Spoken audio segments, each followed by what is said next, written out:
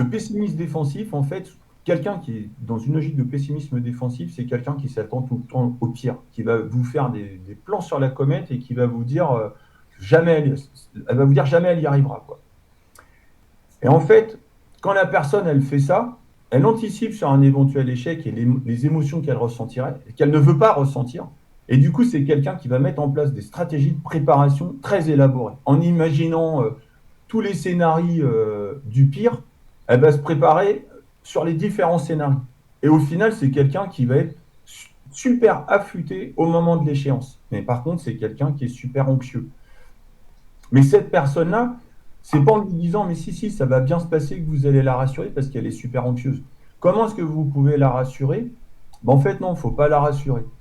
Il faut écouter les différents obstacles qu'elle imagine. Ouais, si mon stylo, si je me réveille pas, si mon stylo fétiche, il tombe en panne, si le sujet, c'est pas ce que le prof il a annoncé, patati patata. Donc vous écoutez tout, puis vous hiérarchisez, et puis vous accompagnez l'enfant dans sa préparation.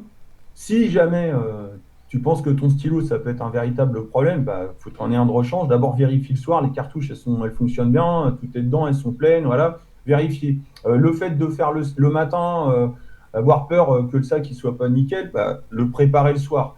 Que le sujet il soit pas conforme à ce qui a été annoncé par le prof, là, il n'y a pas trop d'emprise, donc à un moment donné, faire confiance au prof, et ainsi de suite. Mais les hiérarchiser, et puis après, donc les identifier, les obstacles qui sont mis, voilà, auxquels la personne pense, et ensuite les hiérarchiser. Et puis après, faire le tri entre ce qui est possible et ce qui n'est pas possible. Je veux dire, c'est probable qu'un prof annonce un contenu d'évaluation et qu'il propose quelque chose d'autre pour piéger les élèves. Bon, des profs assoiffés du sang des élèves, moi, j'y crois pas trop. Quand il y a des choses qui ressemblent à ça, c'est plus de la maladresse, mais de la malveillance, j'y crois pas. Donc, si le prof, il annonce des choses, il n'y a pas de raison que ça se passe pas comme ça. Donc, le pessimisme défensif, en fait, c'est une stratégie qui conduit plutôt de la réussite, en fait. Alors, juste avant, je vous avais dit, bah ouais, le pessimisme en matière de santé, ça peut être très embêtant, et puis on peut ne pas être observant parce qu'on s'attend à ne pas s'en sortir. Mais là, le pessimisme défensif, c'est pas la même chose. Lui, au contraire, il va super bien se préparer.